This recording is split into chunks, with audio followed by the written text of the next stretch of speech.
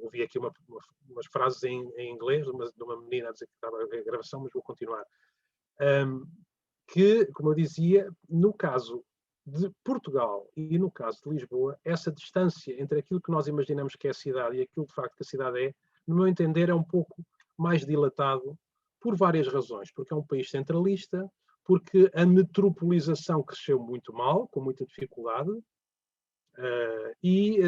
tendemos sempre a pensar em Lisboa, sobretudo, sempre e constantemente olhando para o coração. Para o coração, e que é esta beleza que nós temos à nossa frente, em termos de imagem, em termos de paisagem, e muitas vezes esse desfazamento faz com que tenhamos grande dificuldade naquilo que o Carlos Ventura me pediu hoje, na sua política. Dificuldades de interpretação, não diria dificuldades, gaps, diferenciais, desculpem, perdoem-me o anglicismo, diferenças, desfazamentos, talvez desfazamentos, entre aquilo que nós pensamos que é a cidade e aquilo que a cidade de facto é, e que, surpreendentemente, ou talvez não, em Lisboa é muito grande. Mas não é só para Lisboa, Lisboa também é, não é só para Lisboa. É impressionante que em pleno século XXI a humanidade tenha estruturas tecnológicas e científicas e de conhecimento absolutamente extraordinárias, por exemplo, para analisar pedras nos rins, ou até para analisar buracos negros na galáxia de Andrómeda, e contudo, em relação aos locais onde vive a maior parte da população, nas cidades e nas metrópoles, o quão pouco nós sabemos de como é que estes sistemas realmente pulsam, do que é que realmente necessitam e do que é que realmente se fortalecem e se consolidam. É impressionante, é uma pergunta que eu me faço há 2 ou 3 décadas e continuo surpreso pela dificuldade em percebermos de forma bastante mais ampla e transversal o que é que são estes sistemas onde nós vivemos o nosso cotidiano, ou a maioria de nós. Eu creio que uma das razões vem do modernismo,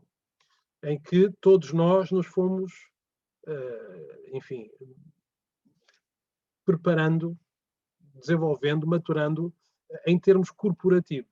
Ou somos engenheiros, ou somos designers, ou somos geógrafos, ou somos arquitetos, ou somos economistas, ou somos outras coisas. E, no fundo, a cidade é tudo isso.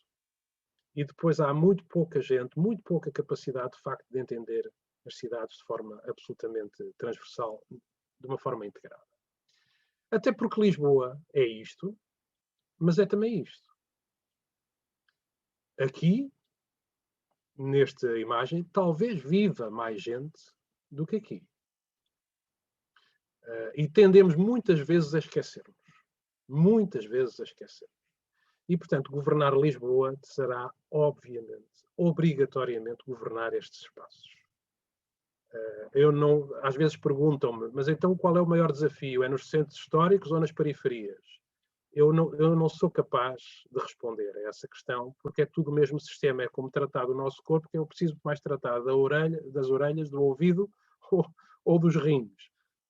É tudo o mesmo sistema, que tem que funcionar melhor, e que cada órgão, cada território, cada espaço, com as suas necessidades, com as suas doenças, com as suas energias.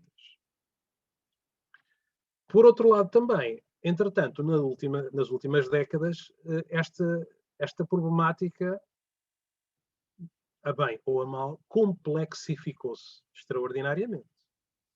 Lisboa é, como o Carlos Ventura referiu, e muito bem, o maior sistema urbano português, mas é o 8º ou o 9º maior sistema urbano da Europa, se integrarmos, e a tendência será cada vez mais esta metrópole de Lisboa, aqui, não sei se o rato aparece, creio que sim, e se tendencialmente, aliás, já demorou demasiado, o nosso TGV já devia estar, Lisboa-Porto e Lisboa-Algarve já devia estar inaugurado há muito tempo atrás, isso será outra palestra certamente, para fazer de toda esta faixa litoral e mais além, até Braga, até ao Minho, até à Galiza e também até ao Algarve, a uma distância de 200, 280, 300 quilómetros, perfeitamente como temos hoje em dia em outras conurbações, desculpem-me o termo, conurbações, interligações entre diferentes urbes cada vez mais interligadas entre si, como já existe. Neste momento, por exemplo, entre Nova Iorque e Washington é quase uma mega metrópole. Entre Tóquio e Osaka, quase uma mega metrópole. E a tendência será esta também. Neste momento temos na Europa megas metrópoles que ultrapassam fronteiras, por exemplo, entre a Holanda e a Alemanha, e a Bélgica, o norte de França, etc. Tudo isto importa pensar. E, finalmente, o futuro. Que eu, enfim, pus aqui umas imagens estilizadas, com ciclovias, com automóveis elétricos, com pessoas de uma forma estilizada, com as suas relações cada vez mais fragmentadas ou novas formas de estabelecer relacionamentos, com as smart cities. Pus aqui uma favela do Rio de Janeiro, é da Rocinha. Não creio que em Lisboa vá haver, pelo menos no futuro próximo, problemas sociais deste calibre, mas sim temos desigualdades profundas e um seríssimo problema habitacional. Apenas para realçar estas questões. Bom, e portanto, uma das evidências que temos é de facto a crescente complexidade da cidade, se quiserem, se me permitem o termo, da urbanidade. Eu gosto muito deste slide. Porquê? Porque, em princípio, cada uma das imagens representa uma forma de uma pessoa ver, num determinado momento dessa pessoa, o mesmo território, o mesmo espaço, para um urbanista, para um sociólogo, para um economista, para um marketeer, para um financeiro, para um ambientalista. Contudo, é o mesmo território. E é esta questão que também é uma riqueza extraordinária, muitíssimo por potenciar, muitíssimo por explorar, creio. E, portanto, creio que, muito sinceramente, com todos os avanços, e extraordinários avanços, que sucederam em relação ao conhecimento das cidades e ao urbanismo nos últimos 200 anos, eu creio que a ciência das cidades é, paradoxalmente, ainda uma criança. E o tanto que nós temos para aprender e de perceber para o futuro. As boas notícias são que a tecnologia e a nossa capacidade de nos transformarmos podem permitir esse conhecimento. As não tão boas notícias é que a cidade não espera. Nem as crises esperam. E, portanto, é na conjugação entre este nosso maior conhecimento e necessidade de trabalharmos uns com os outros, diferentes conhecimentos, diferentes valências, diferentes capacidades, diferentes experiências, diferentes saberes, que não é simples de ultrapassar. A começar pela nossa administração pública, que está formada em estruturas setoriais. O Departamento de Habitação, o Departamento da Cultura, o Departamento de Transportes, o Departamento de Ação Social, etc. Trabalharem todos juntos. Aqui a minha colega da Biblioteca de Alcântara sabe que isso é, certamente, e todos nós sabemos a dificuldade que isso é. Agora pedem-nos todos para sermos transversais, e temos de facto de ser. Mas não é simples, não é? Quando os orçamentos não são transversais, por exemplo, coisas tão simples como essas. Bom, a tendência presente, ou uma das tendências presentes, que me agrada muito, é olharmos cada vez mais para a cidade como um sistema. Um ecossistema, melhor dizendo. Um ecossistema. E, portanto, trago aqui uma imagem do DNA, DNA em inglês, do ADN, e é muito parecido com as cidades, não é? Onde há estruturas, códigos de conhecimento, de valor, de vizinhança, de relacionamento, que podem ficar desestruturados. De facto. Há junções de cromossomas, /ruas, /bairros, genes que se interligam uns com os outros, que quando os glóbulos vermelhos /comércio local começa a fraquejar, alguma coisa corre mal. Não é? As proteínas que entram, salários, dinheiro, capital, conhecimento, amor, gostos, e que vão fazendo comunidades de células, até formar todo um grande sistema. Isto é uma componente absolutamente fascinante que nos tempos mais recentes se tem desenvolvido para começar a perceber os ecossistemas humanos também desta forma menos cartesiana. Já mostrei aí aquela imagem, que não vou repetir muito, é apenas para mostrar também a relevância. Aliás, esta imagem já é bastante antiga, até 2014, que vem de um livro coordenado pelo professor José Manuel Félix Ribeiro para a Fundação Carlos de Gulbenkian, e que mostra as chamadas de telemóvel, origens e destinos, tirando as internacionais. E, portanto, a intensidade é um novo tipo de geografia, de facto. A intensidade das redes digitais e dos relacionamentos digitais. Isto foi em 2014, esta imagem. Uma última nota, antes de avançar para a segunda parte da apresentação, rapidamente. O futuro. O futuro, como dizia o grande futurólogo e escritor de livros de ficção científica, Arthur C. Clarke, ele disse alguns no início dos anos 70, o futuro já não é o que era. O futuro já não é o que era, de facto, e o futuro está sempre a mudar. E, portanto, com o futuro em constante mudança, eu, pessoalmente, tenho as maiores dúvidas quando me aparece alguém a oferecer-me o futuro numa bandeja. E, portanto, temos que também ser cautelosos, construir o futuro, planear o futuro. O futuro não se prevê, mas planeia-se, obviamente.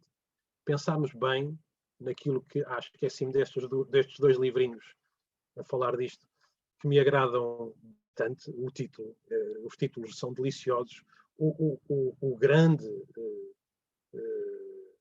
urbanista francês François Haché, que já faleceu, que foi, se não me engano, o primeiro presidente do Instituto Francês de Urbanismo, escreveu vários livros, um deles é o famoso Metapolis, traduzido em português, e há um dos livros que ele escreve que tem este título absolutamente impressionante, A Sociedade Hipermoderna, e o subtítulo é Estes acontecimentos ultrapassam-nos, finjamos que somos os planeadores.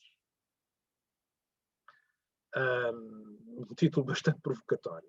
O Daniel Innerarity é um conhecido filósofo basco, como certamente alguns saberão, e que tem um ensaio absolutamente brilhante, no meu entender, sobre a interligação da tecnologia com o desenvolvimento humano, e o título é O Futuro e os Seus Inimigos. Sendo que temos que ter atenção com quem nos apresenta o futuro com a bandeja, tendo em consideração que o futuro constrói-se numa utopia coletiva, digamos assim, numa dialética coletiva. Bom, Carlos, eu alongo-me sempre ao princípio, vou agora para a segunda parte. Se me permite, continuarei a falar um pouco agora sim sobre Lisboa, em concreto, depois desta primeira parte bastante abrangente, que me pareceu importante de referir aqui aos presentes. Por favor, não pare. Muito bem. Sobre Lisboa, em particular, temo que tenha aqui várias imagens, mas eu explico-as rapidamente. São imagens de satélite. Em 1987, 14 anos depois, e outros 14 anos depois. Vou resumir muito rapidamente. Vocês veem aqui os cinzentos claros. Os cinzentos claros são a urbanização, chamemos-lhe assim. Não é? Nós tivemos uma revolução em 1974. A democracia portuguesa é muito tardia. Isso é outras palestras, obviamente. É muito tardia. E, portanto, os direitos, direito à habitação, direito ao trabalho, os direitos à providência, o direito à família, o direito ao divórcio, à emancipação feminina, etc., sucedem-se a partir dos anos 70, sobretudo anos 80, e também isso provoca, paradoxalmente, a chamada explosão da metrópole, como aconteceu em todas as metrópoles do mundo. Toda. Não houve uma única onde isso não acontecesse. Em algumas, as explosões podem ter sido mais contidas. Em Xangai, de certo que não. Em São Paulo, de certo que não. Talvez nas cidades médias, incluindo as portuguesas, um pouco mais, mas também há muitas periferias e muitos subúrbios em proporção. Dá-se uma verdadeira explosão da cidade. Eu lamento não ter a mesma estrutura cromática para a imagem de 2014, mas consegue-se perceber que a explosão continua no século XXI, mas já de todo, felizmente, com o mesmo ritmo que sucedeu, sobretudo, nos anos 80 e 90. Eu fiz uma vez umas contas com os meus alunos, alguns entre 1971 e 2011, se não me engano, Nós dividimos o número de casas, dados do INE, dividimos o número de casas novas na área metropolitana de Lisboa construídas. Dividimos pelos anos, pelos meses, pelas semanas, pelos dias. Dava, se não me engano, 2,3 casas novas por hora. Só na metrópole de Lisboa, durante 50 anos. 40 anos. 71, 2011, 40 anos. 60 casas novas por dia. O que é uma coisa impressionante. Mas que corresponde, de facto, à chamada coligação imbatível. A população queria, desejava isso, os bancos emprestavam, os políticos aprovavam, os empresários construíam, ai de quem viesse pôr em questão. Começou lentamente, com nomes como Gonçalo Ribeiro Teles, a falar-se das questões ambientais, do ordenamento do território. E foi uma batalha que ainda é muito difícil hoje em dia. O que é que acontece hoje em dia? De facto, Lisboa é uma das metrópoles europeias mais fragmentadas, em que o núcleo central, chama-se município, embora não me agrade, tem apenas 20%, 19, 20% da população total da metrópole. Como eu referia, no início do século XXI, há um refriar da urbanização. E vemos aqui, neste gráfico em baixo, o investimento no setor imobiliário que começa a baixar a partir da chamada crise do euro. Não é com a crise de 2008, é antes, porque o mercado interno estava exaurido e já a ficar extremamente endividado. Isto é muito importante para os tempos presentes. Se me permitem, vou agora passar o slide. É muito importante para os tempos presentes.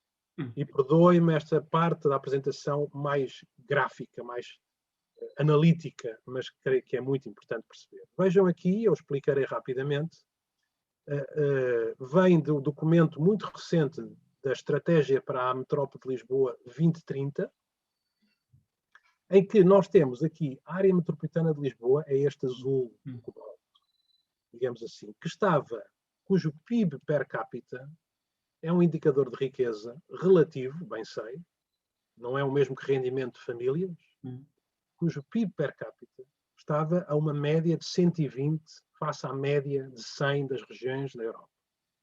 E desde o início do século, desde 2000 até 2016, mas já temos dados de 2019, estamos sempre a descer. A metrópole, a principal metrópole do país, não consegue reestruturar-se para os novos tempos, para ter outro tipo de produtividade económica e para dar origem à emancipação dos indivíduos e das famílias e inovação económica e maior produtividade. E, portanto, temos aqui um bloqueio que tem sido, em parte, colmatado com o chamado investimento externo, que investe, sobretudo, em imobiliário, noutras áreas ligadas ao imobiliário, turismo, por exemplo, mas sobretudo imobiliário e, portanto, não tanto em fatores de produtividade, embora algum investimento externo seja, sem dúvida, em fatores de produtividade que são importantes. Mas temos aqui um bloqueio a que não estamos a conseguir dar a volta. Temos aqui o rácio entre o rendimento dos 10% mais ricos e os 10% mais pobres. E vejam todas as regiões, desculpem-me o termo técnico, NUTS 3, abaixo da região do país, desde o Alentejo Central, a área metropolitana do Porto, Trás-os-Montes, etc. E a NUT 3, com maiores níveis de desigualdade, é a área metropolitana de Lisboa. Não é onde há mais indivíduos em pobreza, ou em pobreza extrema mesmo. Isso é no norte, de facto. Mas é onde há maiores níveis de desigualdade. E, curiosamente, ou talvez não, o concelho do país, exceto um concelho que há nos Açores, onde há maiores níveis de desigualdade, é Lisboa município, que conjuga gente muito rica com gente muito pobre. Esta situação, infelizmente, não está a ser facilitada pelo mercado imobiliário, pelo apoio aos mais jovens, aos necessitados, económica e socialmente, para a aquisição de casa, e tem aqui as taxas de esforço para a aquisição de habitação, até à pandemia, até antes da pandemia, e que estão Para quem vai ao mercado, claro. As taxas de esforço médias em Portugal são relativamente baixas, porque são médias de décadas de crédito bonificado, de aquisição de casa própria, etc. Mas neste momento, para quem está a ir ao mercado, há uma situação muito difícil de acesso à habitação. Portanto, estamos com estes problemas que eu considero muito sérios. E eis que nisto surge a pandemia. A pandemia é quase uma travagem a fundo, ou aparentemente uma travagem a fundo, nestes pulsares, os positivos e os negativos da cidade e de toda a metrópole. Esta imagem é profundamente impactante no nosso coração, não é? Na Baixa. Contudo, a pandemia, como bem sabemos, não parou, em termos de mobilidade urbana, toda a gente.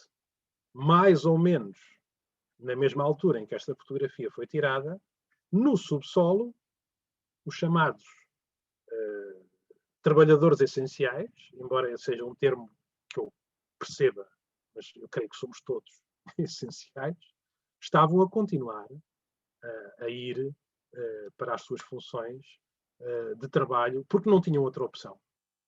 Não têm a possibilidade de teletrabalho, não têm a possibilidade de estar desvinculados de algum tempo do trabalho, não têm essa capacidade e, portanto, houve também... A pandemia acentuou as desigualdades que vinham de trás e as fragilidades e as precariedades que vinham de trás. Um conhecido jornalista de ciência tem uma frase que eu gosto muito e que diz que, quando falavam que a pandemia tinha impactado muito nas cidades, porque há muita densidade por quilómetro quadrado, e o jornalista, agora não me lembro do nome, ele diz: a pandemia e as infecções não é uma questão de quilómetro quadrado, é uma questão de metro quadrado. Metro quadrado na habitação, metro quadrado nos transportes, metro quadrado nos trabalhos.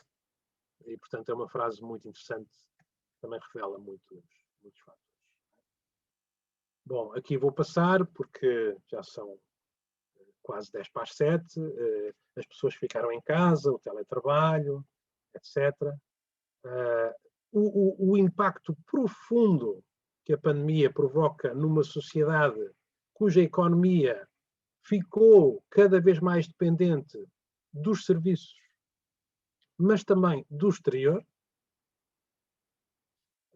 E temos aqui, de facto, o índice do volume de negócios, vejam, não é? Os índices de emprego, os proveitos nos estabelecimentos de alojamento turístico, uma quebra absolutamente impressionante. E o impacto que isso vai ter, e já está a ter, tem tido, está a ter e vai ter no futuro. Eu vou ter que passar rápido, senão o Carlos zanga-se comigo, a resumir apenas, muito rapidamente, estes 2 slides que tenho a seguir, é um resumo do que disse anteriormente. Portanto, uma revolução digital, onde nós estamos agora, um capitalismo algorítmico que define os seus investimentos em função de variáveis cada vez mais digitais e rápidas, os mercados de trabalho em grande reconfiguração, os jovens, sobretudo, mas também os cada vez menos jovens, numa dupla precariedade laboral e habitacional. Entretanto, temos as alterações climáticas, a que também temos que dar toda a atenção. Mas, curiosamente, e eu deixei estes 2 pontos para o final, estamos a assistir também, e aí eu convidava todos a, de facto, termos muito mais atenção sobre o que é que se passa fora da Lisboa da nossa mente. Nas chamadas periferias, nos chamados subúrbios, que são cada vez menos subúrbios. Cada vez menos subúrbios.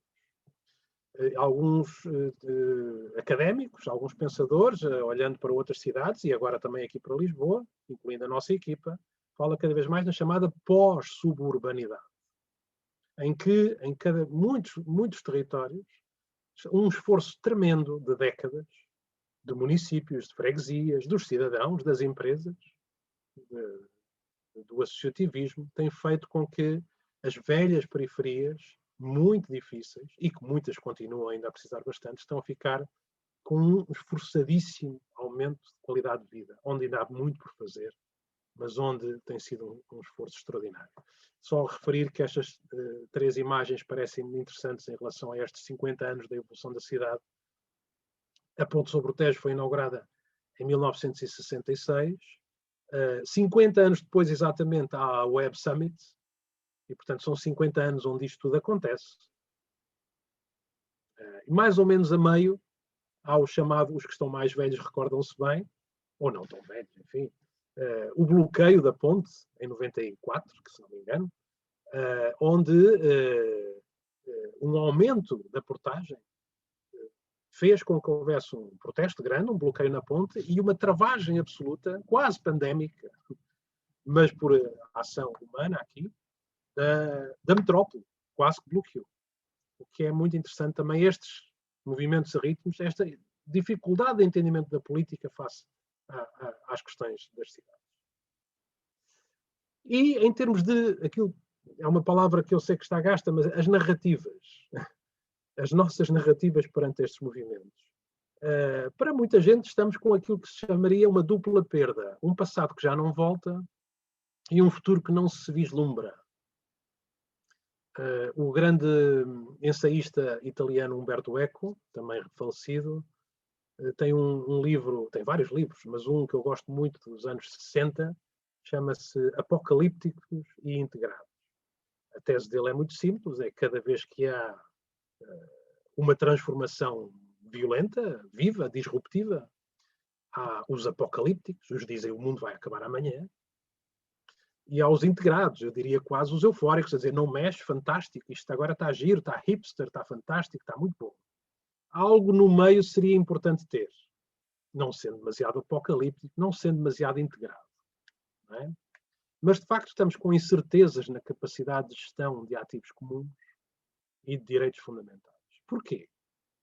Porque vimos de décadas de formação, e bem, de estruturas políticas e de conhecimento baseadas no modernismo. Estou a simplificar, eu bem sei, em que agora entender algo que ainda por cima sempre foi transversal, chamado cidade, torna-se difícil, muito mais difícil. Um bom exemplo é o urbanismo, que durante décadas e décadas foi, sem dúvida, um dos maiores motores de providência social. O urbanismo permitiu dotar as sociedades de habitação, de equipamentos, de bibliotecas, de escolas, de piscinas, de espaços públicos, de jardins, e que, ao mesmo tempo, proporcionava, nessa construção, proporcionava emprego, desenvolvimento económico, bem-estar social, e que agora temos uma crise do urbanismo. Às vezes parece que o urbanismo está a agir contra a cidade. Algo está estranho. Algo não se percebe. Não é? Porque determinados conceitos que nós habituámos a catalogar de determinada forma já não são assim. Quando o vereador do urbanismo licencia um edifício para, entre aspas, habitação, vai ser no futuro habitação? Talvez sim, talvez não. Ainda por cima, talvez sim durante 6 meses, talvez não durante outros 6 meses. E, portanto, é esta mistura que, por muito que nos custe, temos que começar a gerir. É um outro tipo de política que precisamos de entender. Eu vou passar rapidamente, Carlos, estas imagens, se me permitem. Bom, aqui, algumas vou passar mais rápido, porque senão passa das 7 e fica demasiado tarde para alguma discussão. Terei todo o gosto. Não obstante, como diria o Galileu, é pôr-se imóvel. A Câmara Municipal, as câmaras municipais, as juntas de freguesia, fazem política. E aqui está um exemplo das centenas, milhares de políticas, programas, o BIP-ZIP, uma praça em cada bairro, o PDM, as atividades, está aqui a Biblioteca Municipal de Lisboa, a Rede de Bibliotecas de Lisboa, a Rede da LBC, os trabalhos que as juntas, isto aqui é só Lisboa, é município, não é? A renda acessível, ainda enfim, com grandes dificuldades em arrancar, os Fab Labs, os Coworks, etc. Que nexo existirá entre as necessidades da cidade, estas políticas, e a transformação que a cidade está a ter. Aqui é o programa BIPZIP, que me parece muito interessante, porque o programa BIPZIP não é uma política clássica, embora ainda tenha que melhorar, no meu entender, mas vai num sentido muito interessante, que é propõe aos cidadãos para eles próprios fazerem propostas e gerirem as suas iniciativas. Mas depois disso, vai-se formando uma rede de contactos, de experiências, de troca de experiências, de comunicação, de aprendizagem, não é? Até se formar uma estrutura de gestão que já não é apenas pública. É a chamada cogovernação. Não é simples.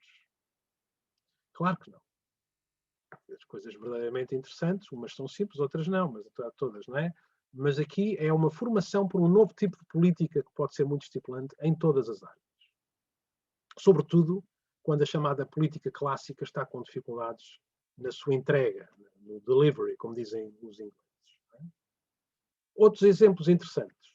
O plano estratégico, e subindo de escala, o plano estratégico, o plano metropolitano de adaptação às alterações climáticas, faça um reconhecimento gravíssimo da urgência, consensualizado pelos 18 municípios da área metropolitana de Lisboa. Os espaços sociais metropolitanos, sem dúvida nenhuma. Há 10 anos era impensável.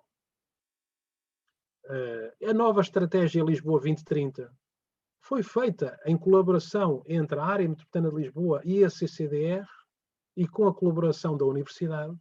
Portanto, lentamente, às vezes mais depressa, outras vezes mais lentamente, as estruturas vão aprendendo, vão se adaptando. Mas não, ainda não estamos num novo paradigma, de facto, de todo. Há ainda outro exemplo, se me permitem. O novo PDM de Sintra, para não falar apenas tanto de Lisboa, município. O PDM de Sintra, estamos a falar aqui de planeamento, de ordenamento do território, propõe, entre outras coisas, que no futuro este território, que é um território extraordinariamente heterogéneo, aqui há de tudo. Aqui há desde Mem Martins, Cacém, Massamá, até Praia das Maçãs,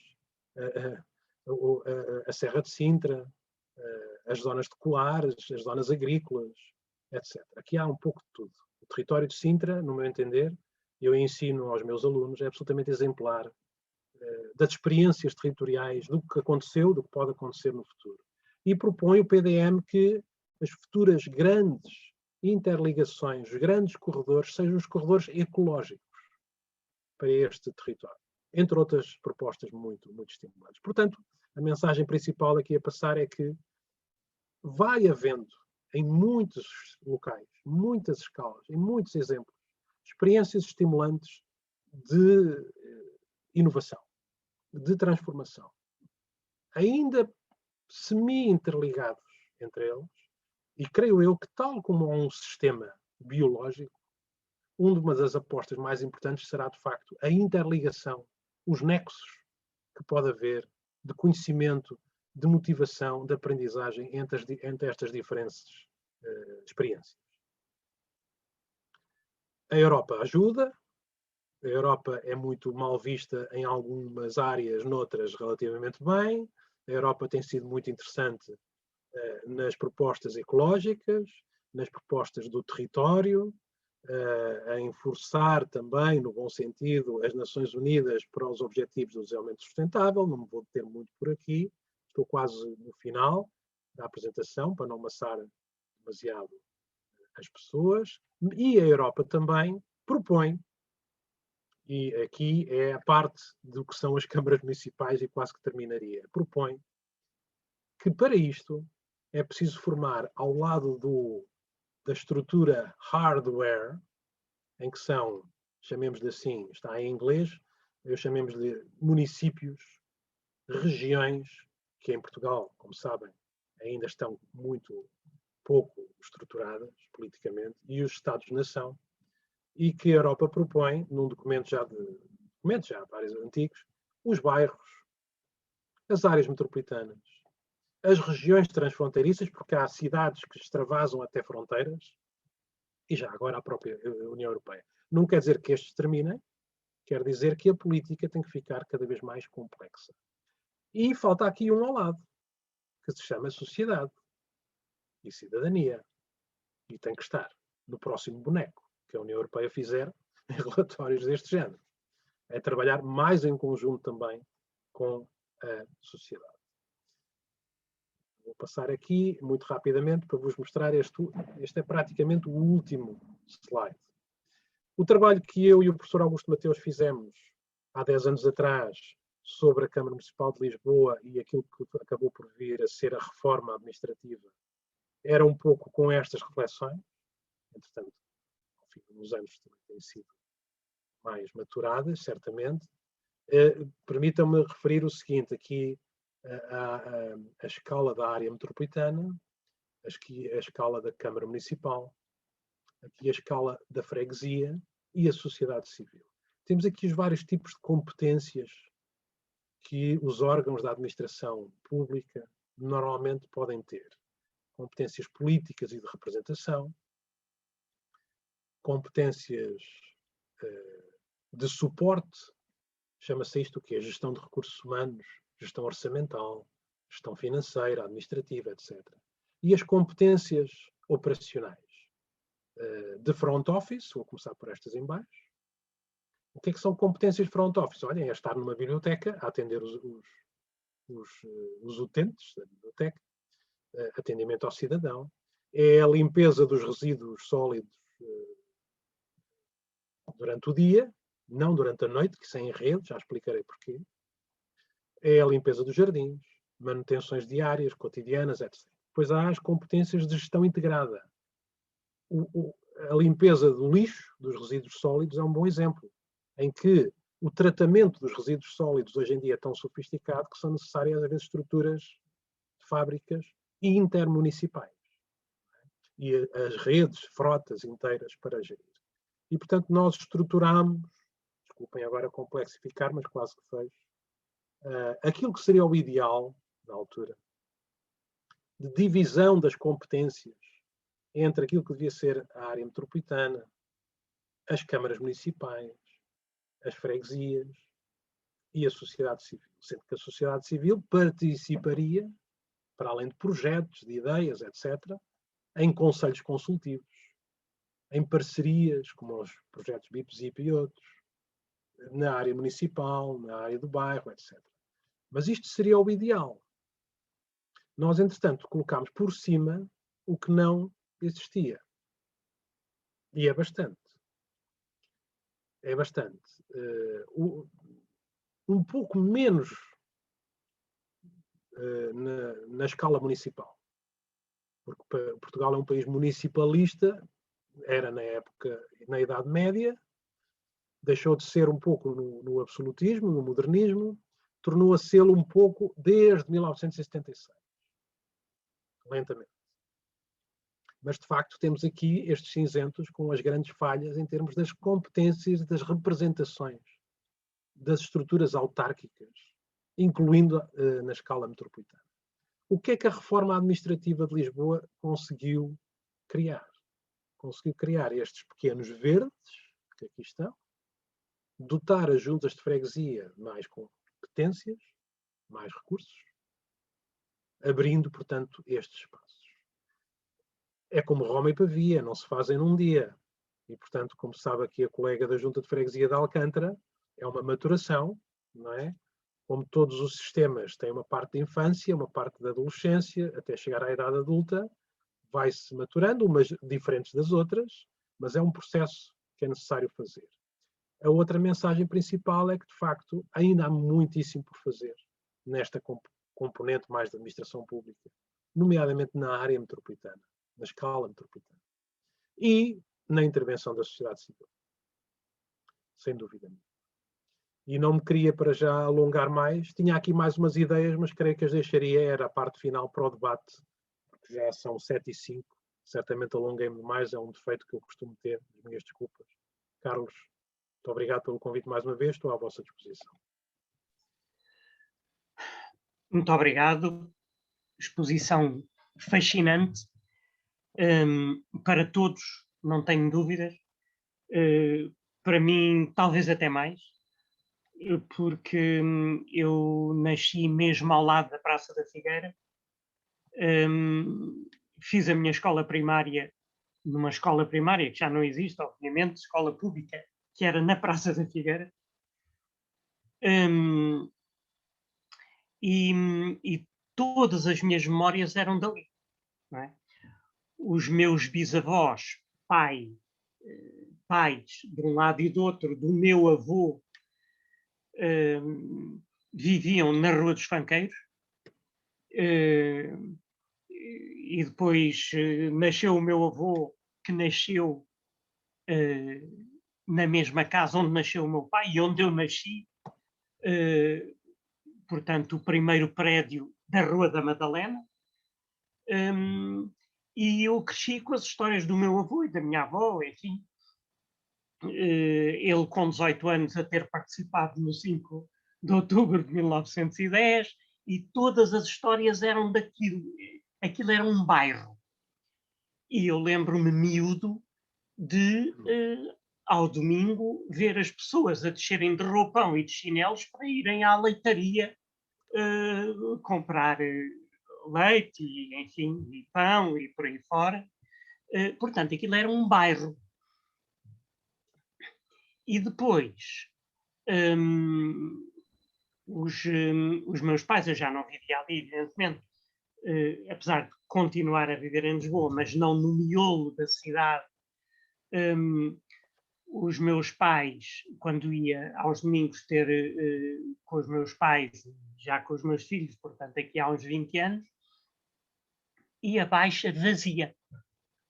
Vazia, fantasmática.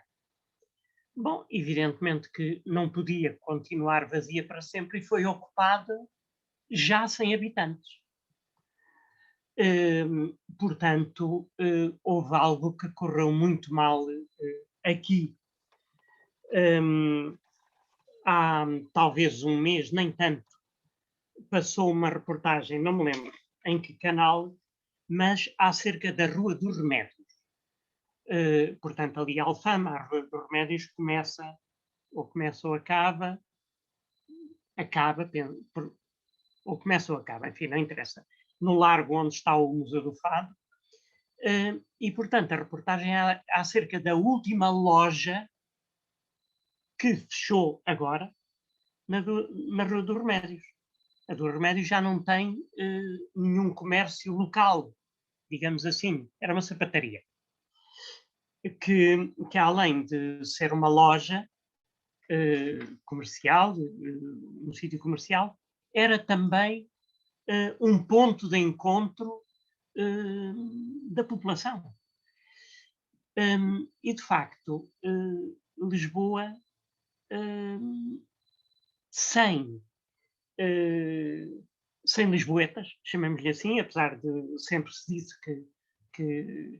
que os lisboetas não eram lisboetas porque tinham nascido a algures e tinham vindo para cá, mas eram lisboetas, enfim, de nascimento ou de adoção. De facto, Lisboa está vazia de lisboetas, o que é estranho e se calhar não é sustentável como cidade habitada. Mas enfim, isto já é eu a falar e possivelmente tanto o João Seixas como vocês que estão aqui connosco terão algumas respostas ou perguntas. E de facto eu neste momento pelo menos no WhatsApp, aqui no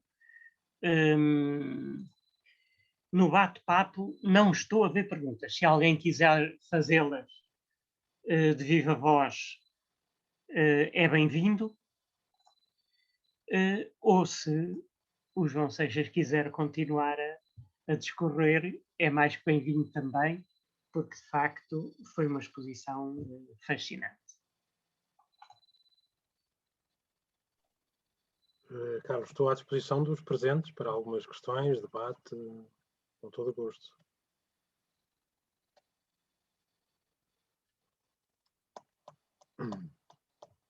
Creio que alguém levantou a mão. Zé Lousa, bem-vindo.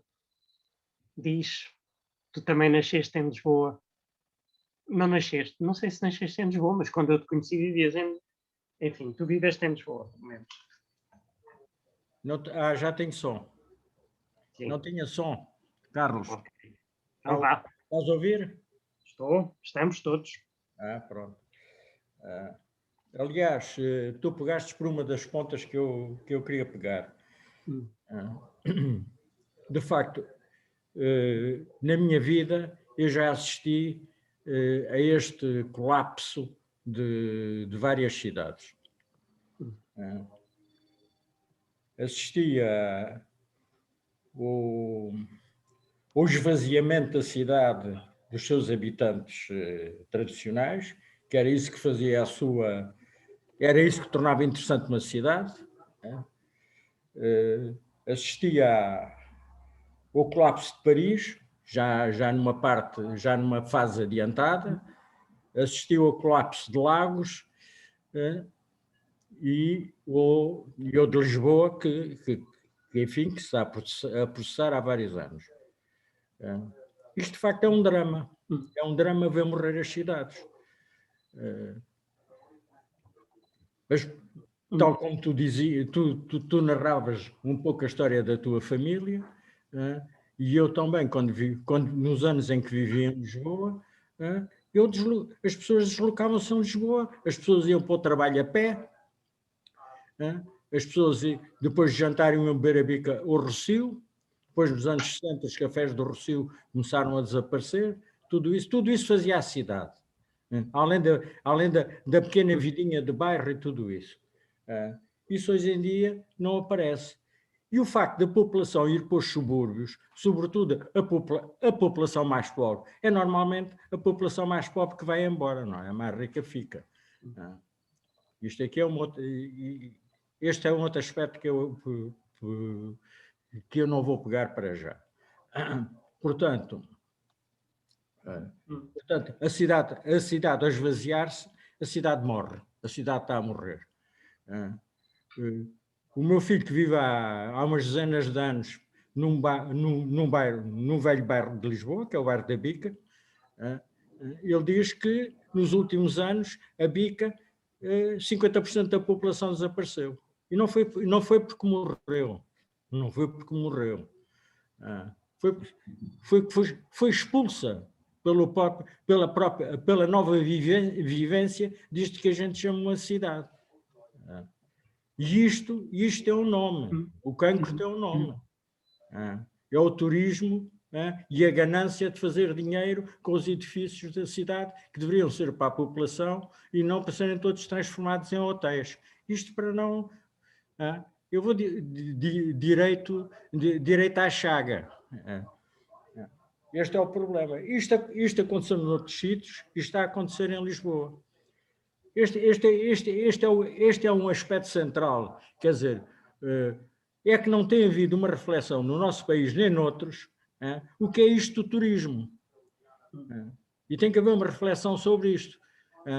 Eu pensava que agora, com a pandemia, se ia refletir sobre esta questão. Afinal, não se está a refletir nada. Quer-se voltar ao mesmo e continuar no mesmo caminho destruidor. Esta, digamos, é um bloco de discussão que eu centro na questão da cidade. O outro é a questão ecológica, que se pode também pôr sobre o título de combate às alterações climáticas. Nós sabemos,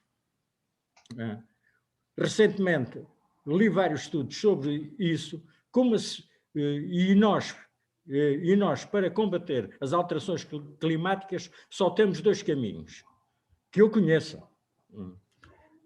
O primeiro é a árvore. A árvore é o nosso parceiro central e ideal. Temos que plantar árvores, plantar em todos os lugares, em todos os locais possíveis e imaginários. É a árvore que retém, ao fim e ao cabo, no seu corpo, em crescimento, o CO2. E não é só a questão das alterações climáticas, não é só CO2, mas isso passemos adiante. E a segunda maneira de combater as alterações climáticas é através do decrescimento da produção, sobretudo dos produtos sem interesse ou com muito pouco interesse, e a questão das deslocações. É evidente que uma cidade vive mal, combate mal a poluição, se temos todos os dias meio milhão, não interessa, mas centenas de milhares de carros que entram e que saem da cidade. A questão do trânsito é também uma questão central aqui. A questão, por exemplo, a questão dos corredores verdes, etc., é interessante, mas não resolve grandemente o problema. Na realidade, é preciso criar espaços verdes em grande quantidade no seio das cidades e discutir esta questão que não podemos estar todos aglomerados na mesma fração do território. A população tem que se disseminar por todo o país. Isto é evidente. Senão, não combatemos estritamente nada. Porque o problema das alterações climáticas, o problema ecológico que está por trás, é muito mais grave que o da pandemia. Se houver uma crise climática grave, vamos ter saudades do SARS-CoV-2. Será muito mais complicada do que a pandemia em curso. E fico-me por aqui, para já. Ok. Alguém mais quer intervir? Estou a ver aqui.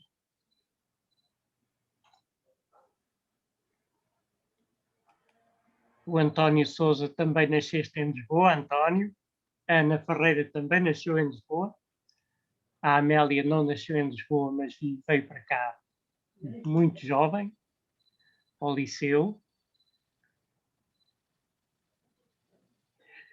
João Seixas, quer... Comento com todo o gosto, creio que sim. Eu não nasci em Lisboa, mas vim para Lisboa com 2 anos. Nasci em Viseu, onde sempre regresso, mas vim para Lisboa com 2 anos. O meu pai estava cansado de estar na Beira e trouxe a família toda para a urbanidade. Veio para a Rua dos Bacalhoeiros com 15 anos, tinha vindo, estava cheio de saudades e, portanto, quis voltar.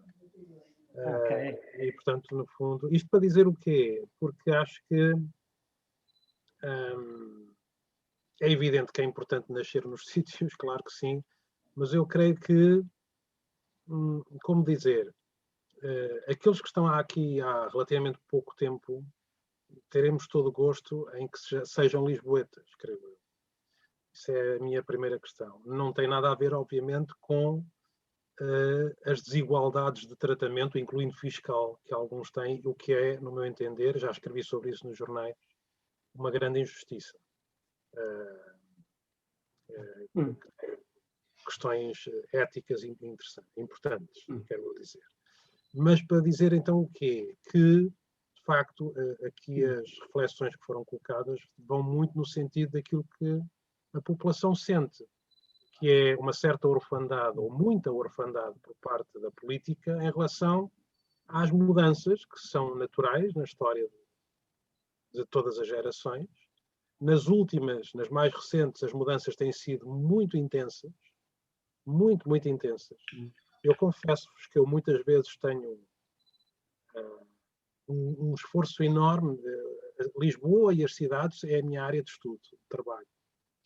E faço um esforço enorme de separar a razão da emoção, porque também, e é difícil, é impossível, não é? Porque também sinto este desfazamento da política, esta incompreensão da política em relação às cidades em Portugal. Concordo plenamente convosco nesta orfandade. sem dúvida nenhuma. Não é apenas, embora aí se sinta mais, na Baixa ou no centro histórico, que têm sido muito, muito mal compreendidos. Não sei se conseguiremos colocar ou dar as condições, não nos compete a nenhum de nós colocar as pessoas onde elas bem entenderem. Dar as condições para que esses tecidos urbanos nos nossos centros históricos sejam de novo revitalizados, pelo menos da forma de comunidades, de cotidianos. Mas porque são tecidos que precisam de ser tratados com muito cuidado e, portanto, como o Carlos Ventura referiu, quando a última sapataria na zona da Rua dos Remédios, não é assim? Ao pé da Rua do Paraíso, que vai dar a Santa Clara, quando desaparece, é evidente que há limiares mínimos a partir dos quais a vizinhança e a comunidade começa inevitavelmente a desaparecer. E isso devia ter sido tido em conta desde há muito. Mas não foi. Não foi. Depois terei todo o gosto em estar numa outra mesa redonda a explicar com mais detalhe as razões disso, mas há várias razões, não é de todo desculpas para ninguém, há várias razões para isso. No meu entender, a principal razão é que nós somos um país extremamente centralista, em que o poder local é muito frágil e é muito facilmente tomado por opiniões, interesses e visões que não são propriamente aquelas que interessam às comunidades. Isso é o entender que eu tenho. E às vezes vou a conferências no Porto ou no Norte e dizem, vocês em Lisboa, e eu digo, atenção, a regionalização e a descentralização, se fizer bem a alguém, é a cidade de Lisboa. Digo sempre isto.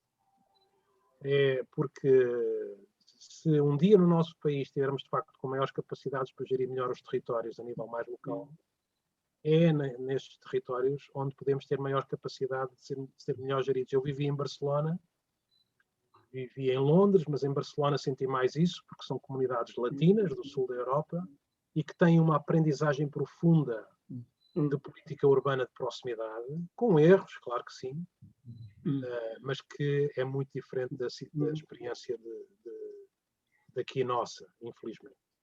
Agora, o que me parece é que, eu fiz questão de referir isso várias vezes na apresentação, Lisboa não é só município. Não desrespeitando de forma alguma a noção de orfandade que todos temos em relação a determinados locais, e que é grave e que não devia ter acontecido. Eu creio que, apesar de tudo, esse sentido de comunidade existe e está a ser construído noutros locais onde nós nunca fomos. E que são na metrópole. Em Odivelas, em Massamá, no Barreiro, em Mem Martins, no Pinhal Novo, etc. Devia ter sido feito também aqui? Obviamente que sim. E esse é um erro sério. A visão da política é demasiado ligada à política económica clássica. E por isso a aposta no turismo, que foi uma aposta desigual, profundamente desigual. Eu tenho dito várias vezes que ser turista não é o mesmo que ser residente. Este entendimento é difícil de perceber. Agora começa-se a perceber. Enfim, como diz o Marcelo Rebelo de Sousa e muitos outros, às vezes, ou a maior parte das vezes, corremos sempre atrás do prejuízo. Não é? Quando somos turistas, não nos importamos de pagar mais por uma refeição, por um copo, por uma bebida, por uma cama. Agora, o que é que acontece? É que nós somos turistas apenas 4, 5% do tempo da nossa vida. E os que podem, já agora. E os são os que podem, que há muita gente que não pode ter turismo e ter férias. 90 e muitos por cento do tempo da nossa vida nós não somos turistas, somos residentes. E como é óbvio, nós, nesses 90 e tal por cento do tempo da nossa vida, nós não vamos pagar uma bebida, uma refeição, uma cama, etc., da mesma forma que quando estamos a ser residentes. É uma pauta completamente distinta. Isso não foi, ou continua a ser, não perceptível para grande parte da política, o que é um erro grave, porque desestrutura muito a vida cotidiana versus a vida de visitação. Muita gente fala do chamado equilíbrio. O equilíbrio não é possível entre forças completamente diferentes. Não é possível. Pode haver um outro equilíbrio por gestão atenta, cuidadosa. Sim, mas aí não é equilíbrio, é outra coisa. É uma coexistência. Não é equilíbrio. É muito diferente. Bom, isto sou a refletir por alto em relação a algumas questões que me colocaram. Sobre as alterações climáticas, eu creio que ao fim de 200 e tal anos, ou mais, estou a falar desde o início da era industrial, em que a cidade foi invadida do campo, agora é obviamente obrigatório em que o campo invada a cidade. Como disse o José Lousa, creio eu, sobre as árvores, sobre os espaços verdes, eu creio que deve haver o campo, enfim, o campo. As estruturas, tudo que é ecológico, o ambiente deve penetrar na cidade, como a cidade penetrou no campo durante décadas. Aí há uma série de outros elementos que devem ser também feitos. Como, por exemplo, a partilha. Não faz sentido, face às alterações climáticas, face à crise económica e às desigualdades, não faz muito sentido todas as famílias terem 2 carros, ou um carro até. Não faz sentido quando a tecnologia permite, enfim, com a pandemia não é assim tão simples. Mas temos hoje em dia estas coisas e podemos utilizar qualquer veículo, que esperemos que um dia pelo menos sejam todos elétricos, e ter muito mais partilha, não é? Estou a falar um pouco de cor, os meus colegas especialistas em mobilidade sabem isso melhor que eu, mas quando uma família adquire um automóvel, ela utiliza o automóvel 2 a 3% do tempo do automóvel. 90 e tal % do automóvel está parado. E, portanto, há aqui uma série de elementos. Por isso é que eu referi há pouco, de uma forma, eu sei, genérica, que a ciência das cidades é, de facto, ainda uma criança. Porque há todo esse potencial para explorar. Há uma nota muito importante em relação ao ecossistema, às alterações climáticas, ao ecossistema de Lisboa, que temos trabalhado bastante, que tem a ver com a agricultura e com a alimentação. Lisboa está situada num território, outrora, tremendamente fértil, não é? E é sobre este território extraordinário que temos feito uma urbanização intensiva nas últimas décadas. E ainda poderemos tentar um pouco reverter com a utilização agrícola, com as redes de produção, de distribuição, de abastecimento e de consumo agrícola muito mais ecológico e sustentável. E se devemos fazê-lo em algo local, é obviamente numa metrópole como Lisboa que o devemos fazer. Eu durante um período fui consultor de um programa de cidades da Comissão Europeia, vi coisas absolutamente extraordinárias propostas pela Europa fora. Recordo-me sempre que uma das redes de cidades que eu vi, o que essa rede de cidades propunha era algo tão simples como isto, que era, até 2030, 50% de tudo o que comermos terá que ser produzido na nossa região. Isto é aparentemente simples, mas isto é uma revolução. Isto é uma revolução absoluta. Cidades como Berlim, Bruxelas, se não me engano, Milão, Lisboa está a pensar em entrar, não sei ainda esses detalhes, 50% de tudo o que consumirmos de alimentação ser produzido na metrópole de Lisboa, imaginem. E produzido já agora, mas esquecer esse pormenor importante, com certificado verde, ecológico. Uma última nota. Tudo isto precisa de estratégia. Todos nós nos sentimos órfãos, quer do passado, mas quer do futuro. E eu creio que, com esta situação da pandemia, como alguém referiu, não sei quem foi, parece que não estamos a aprender muita coisa, estamos a reincidir, ou talvez até pior. É fundamental, no meu entender, de facto, agora, que se construa uma estratégia. Às diferentes escalas, claro que sim. E se, já agora, permitam-me ser ousado o suficiente e referir o seguinte, e eu tenho falado em alguns movimentos de cidadania e coloco-me sempre à disposição, juntamente com outros colegas, que se o poder político não avançar, avançamos nós.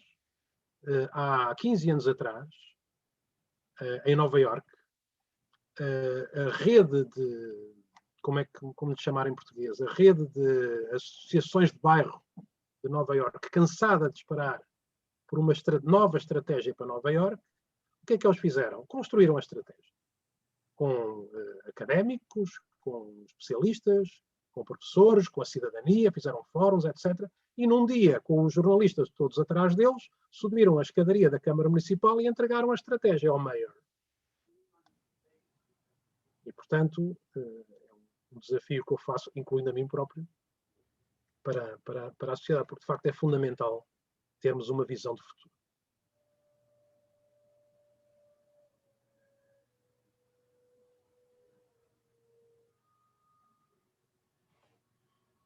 Não estou a ouvir, Carlos.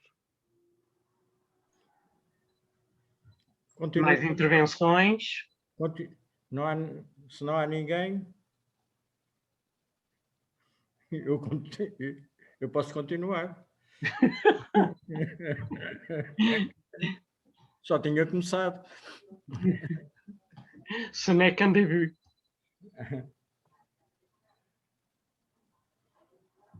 Diz, Zé. Eu estava aqui a pensar que, de facto, quando nós discutimos a cidade, o seu passado e o seu futuro, nós, ao fim e ao cabo, estamos a discutir tudo. A ecologia, a economia, a política, etc. Tudo entra aqui dentro. A filosofia, tudo o que quisermos. De facto, isto só um pensamento complexo é que consegue dominar esta questão se entrarmos em soluções simplificadoras. Portanto, mas já agora pego em algumas pontas, que é a questão da agricultura, da produção dentro do próprio espaço urbano. Há pequenas tentativas feitas por esse país fora, aqui ou acolá, muito poucas, quanto a mim, de hortas urbanas, é assim, foi o termo escolhido, de hortas urbanas. Curiosamente, e este é um exemplo que eu conheço bem, visto que estou metido nele, 50 metros quadrados, que é muito pouco, parece muito pouco, mas 50 metros quadrados produzem legumes para uma pequena família. E aí chegamos facilmente aos tais 50% da alimentação. E isto é possível. Evidentemente, eu não tenho nada contra que, por exemplo, os terrenos à volta do Marquês tenham hortas. Ficam bonitos na mesma. A relva não é uma necessidade. Mas é evidente que em determinados bairros não é possível fazê-lo. Vai ser preciso deslocá-lo, não está ao pé da porta. Mas as pessoas também têm varandas. As varandas também servem para muitas coisas. Para uma salsinha, para um hortelã, etc. Tudo isso. Parecendo que não, estas coisas tão simples. E além disso, os legumes também fixam carbono. A descarbonização também se passa com os legumes, não é necessariamente só com as árvores. Mas isto põe um segundo problema, que é o problema com o qual eu mando a debater na minha cidade, que não é Lisboa, hoje, que é o Cartaz, já agora, manda debater, que é, e depois, o que é que se faz?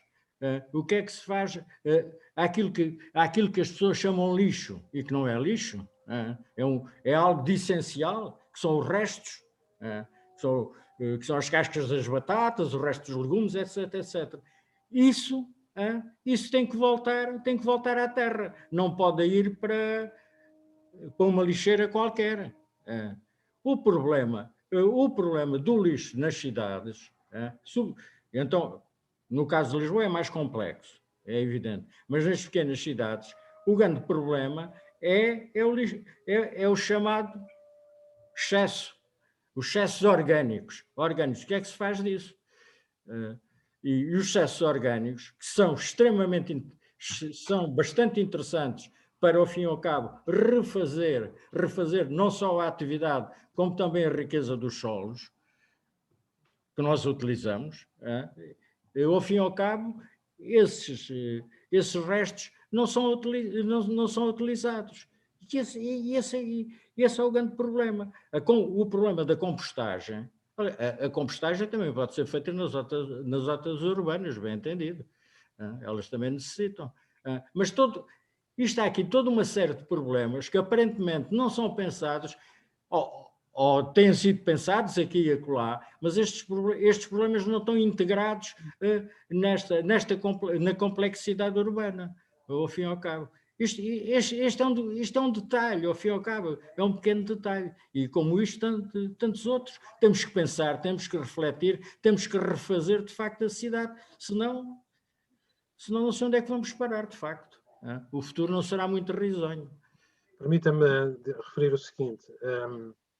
A Câmara Municipal de Paris tem desde há 2 ou 3 anos alguns programas que eu considero muito estimulantes, porque, entretanto, a Câmara Municipal de Paris é governada numa coligação que inclui os ecologistas.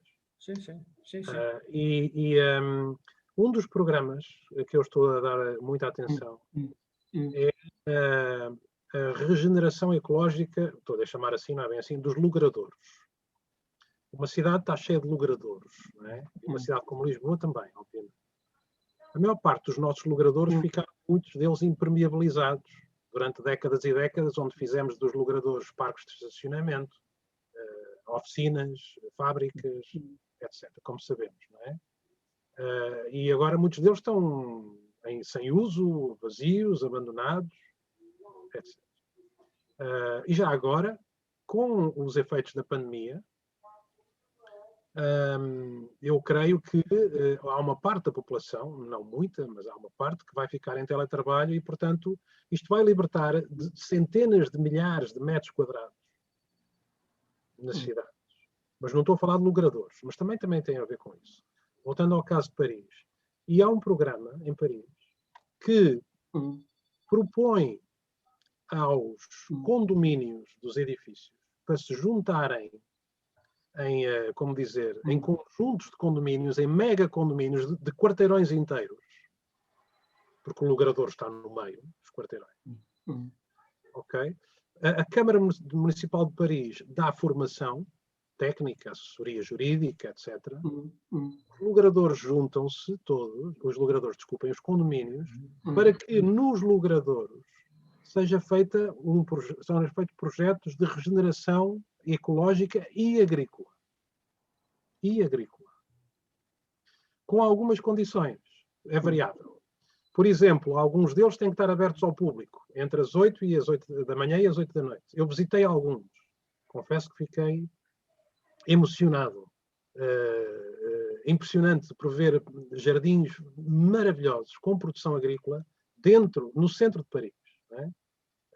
E calcula-se que o espaço dos logradores, vendo em voo de pássaro, não é? O espaço dos logradores é 20 a 30% de toda a cidade.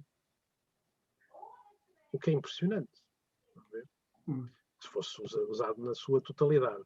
Portanto, é um programa que permite a utilização ecológica da cidade, como referiu o José Lousa muito bem, permite que a cidade não tenha tantas bolsas de aquecimento e de sobreaquecimento, e, portanto, respire de outra forma, com outra capacidade. Eu não sou especialista nessa área, portanto, poderei não dizer os termos técnicos corretos. E, ao mesmo tempo, reforça a capacidade de comunidade das cidades, nos bairros. As pessoas encontram-se umas com as outras, trabalham umas com as outras, fazem cooperativas, fazem condomínios. E, portanto, estão a ver, aqui não é o 2 em 1, é o 10 em 1. o que é absolutamente extraordinário. A administração, a Câmara Municipal também muda. Era um programa gerido pela Câmara, está a passar para as freguesias, os arrondissements, para o quartier, com conselhos de bairro, etc. Portanto, são coisas destas que, a pouco e pouco, podem fazer mudar alguns paradigmas. Enfim, era bom que aqui também se fizesse, claro que sim. Era bom que aqui também se fizesse e não se visse tanto a política em termos de uma relação direta de causa e efeito em termos económicos clássicos, não é? Esse é um exemplo que eu referi e que me parece muito estimulante. Não sei se a Ana Santos tinha uma questão. Sim, já me estão a ouvir, sim. Eu começo por dar os parabéns ao João Seixas por esta apresentação tão interessante, que nos convida a pensar sobre, no fundo, sobre a cidade. Pensar sobre a cidade neste momento, como dizia o José Lousa, é no fundo pensar sobre nós como habitantes do planeta. Neste caso, acho que podemos ir até aí, não é? Porque no fundo nos convoca realmente a pensar novas formas de gestão, novas formas de fazer política, mas não era exatamente sobre isto. Eu levantei a mão, sobretudo, bom, para dar os parabéns por esta reflexão tão interessante, mas para vos dar conta, pelo menos há alguns que ainda não sabem, que na Biblioteca de Alcântara, e por iniciativa da equipa da biblioteca, nós fizemos uma horta. E uma horta que segue o princípio, eu não sou especialista na matéria, temos um colega que é um grande conhecedor destas coisas, e portanto vou dizer com as palavras que sei. Segue o princípio das plantas companheiras. Nós todos aprendemos na biblioteca a fazer compostagem, portanto já ninguém deita fora cascas de banana, cascas de maçã, alface, desde que não tenham vinagre e azeite, ou seja, todos nós de facto nos estamos a dedicar com muito amor e dedicação àquela horta, e queremos que de alguma forma ela também sirva como exemplo, uma vez que estamos numa biblioteca que queremos que seja um espaço comunitário por excelência, que seja também um estímulo a que aquilo que o João Seixas acabou de dizer, que acho realmente um projeto fascinante, esse que está em curso em Paris, que no fundo possa ser uma semente lançada também aqui para a cidade de Lisboa. Era só esta à parte. Obrigada mais uma vez. Eu gostava de referir que eu acredito muito, e creio que todos aqui, no poder dos símbolos.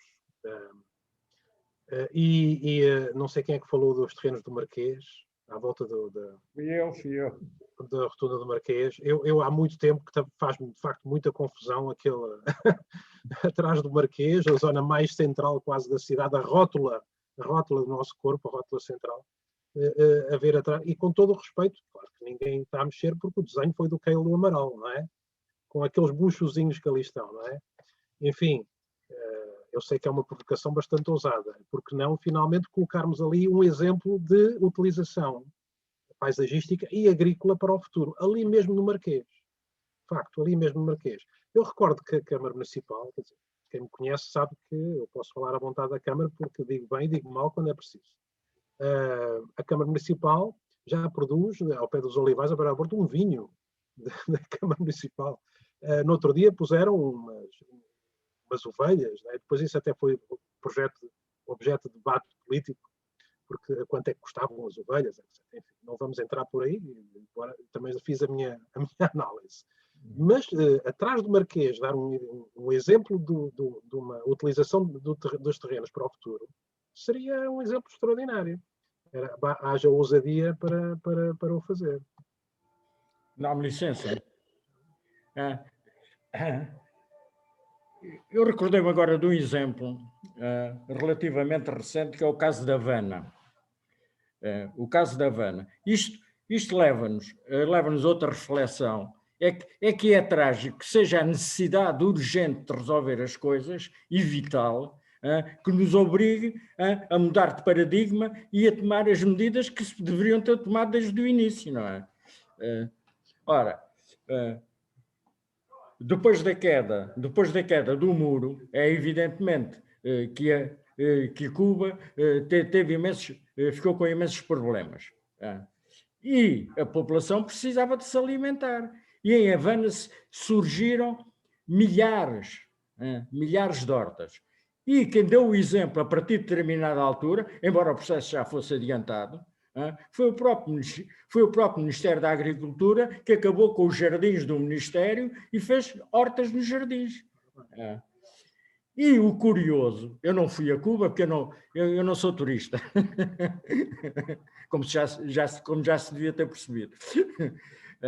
Portanto, como contaram algumas pessoas, na realidade esses espaços até estão mais bonitos, curiosamente. Até ganhamos em beleza. Além disso, e isso é muito importante o que disse há pedaço, isso para mim é um dos pontos essenciais, é a questão de criar laços na comunidade. Porque hoje em dia nós sabemos como é que estas coisas, as pessoas começaram a fechar-se dentro dos seus 4 muros, não é? E o facto de virem para uma hortinha trabalhar com os outros, com os vizinhos, etc., isto cria laços que provavelmente já não haveria outra maneira de os criar, e isso é extraordinariamente importante. É, quanto a mim, provavelmente até o aspecto mais importante. Não é? Claro. É que sim, no outro dia ouvi o professor Alexandre Quintanilha referir que o desafio das alterações climáticas ou é social, ou é feito em comunidade, claro, ou não se consegue. Isso é evidente. É evidente. E, portanto, concordo plenamente consigo.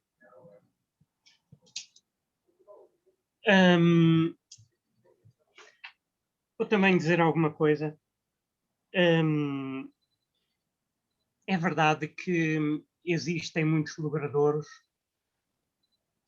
nomeadamente nas traseiras dos prédios, e nota-se mais hoje esses logradouros aproveitados e cultivados do que antes.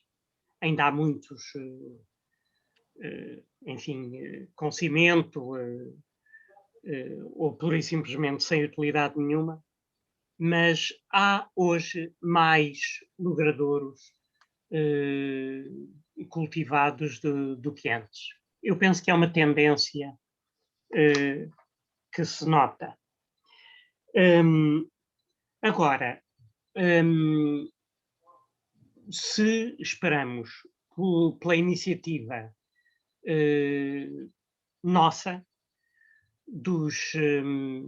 da população, será sempre a nível do voluntarismo, serão coisas dispersas, são importantes, evidentemente, têm efeito, mas nada substitui, antes pelo contrário, a iniciativa e a programação das entidades. Este mês, aqui há umas 2 ou 3 semanas, eu fui ser vacinado e então deram-me um saquinho com umas coisas e uma delas era isto. É o quê? Pera embalada. Origem, África do Sul. Bom. Se quem comprou não sei quantos milhões de peras definisse, nós vamos comprar fruta, muito bem, boa ideia, mas daqui isso teria um efeito brutal relativamente a eu, ou o meu amigo Zé, ou Manel, ou Maria, dizer, eu agora compro fruta local. Para já não seria preciso isto a embalar a fruta da África do Sul. Que, curiosamente, eu apalpei e aquilo era dura. Disse, bom, isto está verde com certeza. E depois abri a pera e estava madura. É um milagre. Nós assistimos muito a milagres hoje em dia. É melhor não tentar a explicação desses milagres. Especialmente para mim que não acredito em milagres. Ou seja, civicamente nós vemos em todas as repartições, em todos estatais, a todos os níveis, caixotes de lixo, para onde se atiram os lixos. Mas, se o Estado definisse que deixa de haver caixotes de lixo e passa a haver caixotes de lixo triplos, para que imediatamente o lixo seja separado, bom, isso aí de repente já não é o Zé ou a Maria que querem separar o lixo, mas está a dar-se uma mensagem real de que todos nós temos que separar o lixo. Além da mensagem, é real. Em todas as instituições estatais, de repente, o lixo passa a estar separado. Em vez de estar tudo lá para dentro, as cascas, os papéis, as latas e por aí fora. Portanto, têm que ser as instituições a definir políticas, porque senão é voluntarismo e é muito pouco eficaz. Bom, faltam 9 minutos, estamos a entrar na reta final e para além de podermos dar a voz, a palavra a alguém que quer intervir, se calhar dávamos a palavra, não havendo, daríamos a palavra ao João Seixas para ele ir para as alegações finais. Creio que, enfim, como aqui se percebeu bem, quer dizer, falar de cidade é falar de tudo, de facto, não é? Um pouco de tudo. Durante uns tempos, falar de cidade era falar sobretudo de urbanismo. Já não era nada pouco, continua a não ser nada pouco. Felizmente agora começamos a abrir os horizontes, já é mais que a altura e vamos um pouco tarde, ou bastante tarde, como bem sabemos, uma série de questões. Isso é também uma revolução que temos que fazer nas nossas mentes, não é? Porque durante muito tempo, e com todo respeito pelos meus colegas que são arquitetos, não é? Muitas vezes perguntavam a mim, trata de cidades, portanto é arquiteto. Não sou, achavam estranhíssimo. Houve quem me dissesse, tendo eu tirado primeiro Economia, depois tirei Geografia, ou quem me dissesse Economia e cidades. Não, você tem que ir para os bancos, para as seguradoras. E, portanto, felizmente, isso é um paradigma que já passou, não em toda a gente, mas, portanto, trabalharmos todos em conjunto para estas questões. Isso em relação àquilo que o Carlos Ventura está a referir, que concordo consigo, quer dizer, os cidadãos têm que dar as ideias, avançar com projetos, mas, de facto, compete às instituições públicas a responsabilidade de visão estratégica e de futuro e de juntar os diferentes fortes. Nem se calhar nem têm que ter nenhuma ideia nova, basta ouvirem. E depois prepararem as estruturas e as condições para potenciar estas ideias. Não é? Mas creio que é na combinação entre os diferentes elementos que isso deve ser trabalhado. Como é óbvio, não é? Como é óbvio. Mas, de facto, reforço a perspectiva de que se antes da pandemia já era fundamental repensarmos a Lisboa que queremos no futuro, hoje em dia é absolutamente essencial. Espero bem que isso se comece ou recomece a fazer em breve. São as minhas alegações finais. Ok, mas a Amélia quer dizer alguma coisa? Ainda temos uns minutos.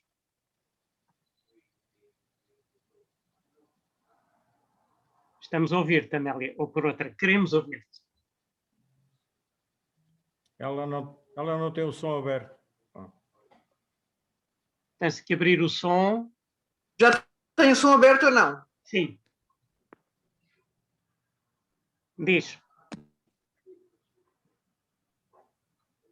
Está aberto agora ou não? Sim. Não, eu só queria... É um pequeno detalhe. Estão-me a ouvir? Diz, Amélia, diz. Estão-me a ouvir ou não? Sim, diz. Carlos? Sim. Pronto, eu só queria dizer... Sim? É um pequeno detalhe. Aqui há uns 4 ou 5 anos, eu moro ali assim numa zona do Arieiro e também tinha um logradouro nas traseiras. E tinha umas árvores enormes, fantásticas, que vinha quase até ao segundo andar, uma coisa maravilhosa. Há um belo dia que eu começo a ver umas máquinas lá embaixo a desbastarem as copas todas, não sei o quê, e a cortarem aquelas árvores todas. Eu tirei uma série de fotografias, fiz uma queixa à Câmara, daquilo, uma câmara para a Polícia Municipal. A Polícia Municipal depois acabou por lá ir. O senhorio, eu soube, porque isto foi comentado no prédio, eu tentei fazer um abaixo-assinado com as pessoas não quiseram incompatibilizar-se com o senhorio, portanto, fiquei eu sozinha a protestar. Acabei por fazer a tal denúncia, então a Polícia Municipal foi lá.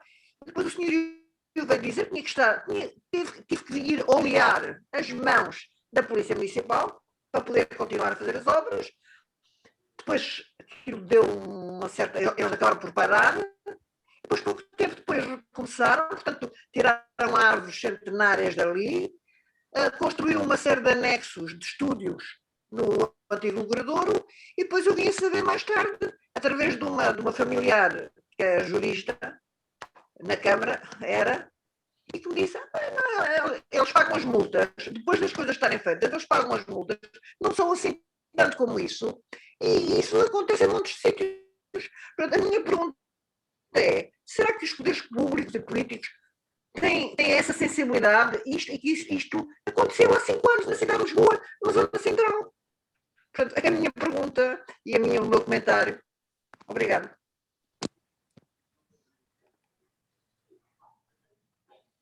Quero que eu faça uma breve reflexão, Carlos. Eu só diria, como ao comandante Gouveia Melo, em relação ao que aconteceu em Campanhã no Porto, é uma infração gravíssima e deve ser punida.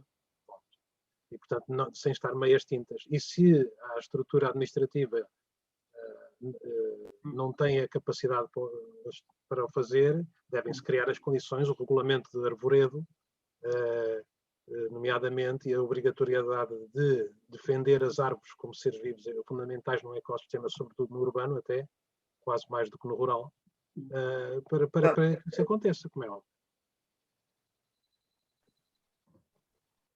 Claro. Bom, vamos então... E a própria legislação?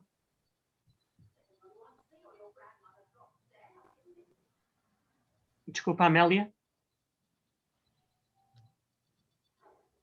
Não, eu estava a dizer que até a própria legislação, porque se é uma legislação tão branda, paga-se uma multa, faz essas coisas na mesma, mas acho que o João Seixas já respondeu a isto. É verdade, tem que haver uma defesa da proteção do arvoredo, exatamente, o regulamento, que faça sentido e que sensibilize mais as pessoas do que até agora.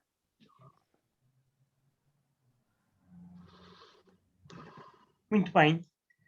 Bom, vamos então fechar.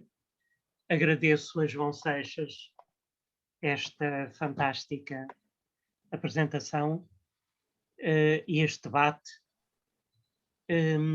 E lembro que normalmente na própria semana nós temos a gravação disponível no Serviço de Bibliotecas da Câmara Municipal de Lisboa. Ana, queres fechar?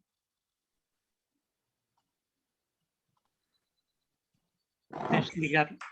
Sim, agradecer mais uma vez ao João Seixas esta apresentação tão interessante. Haveria muitíssimo mais para falar e, portanto, o João falou aqui da hipótese de uma mesa redonda e eu acho que, se o Carlos quiser, ela pode vir a acontecer já no presencial, mas teremos tempo de falar depois sobre essa hipótese, mas parece-me que é um tema muito, muito premente, muito na ordem do dia e que se calhar merecia que voltássemos a ele. Agradecer a todos e a todas a vossa presença, dizer, como o Carlos já disse, que vamos interromper agora em julho e em agosto e que tornamos a ver-nos na última segunda-feira de setembro. Até lá, boas férias a quem vai de férias, bom trabalho a quem continua a trabalhar, muita saúde e até breve. Muito obrigada. Muito gosto, até breve. Obrigado.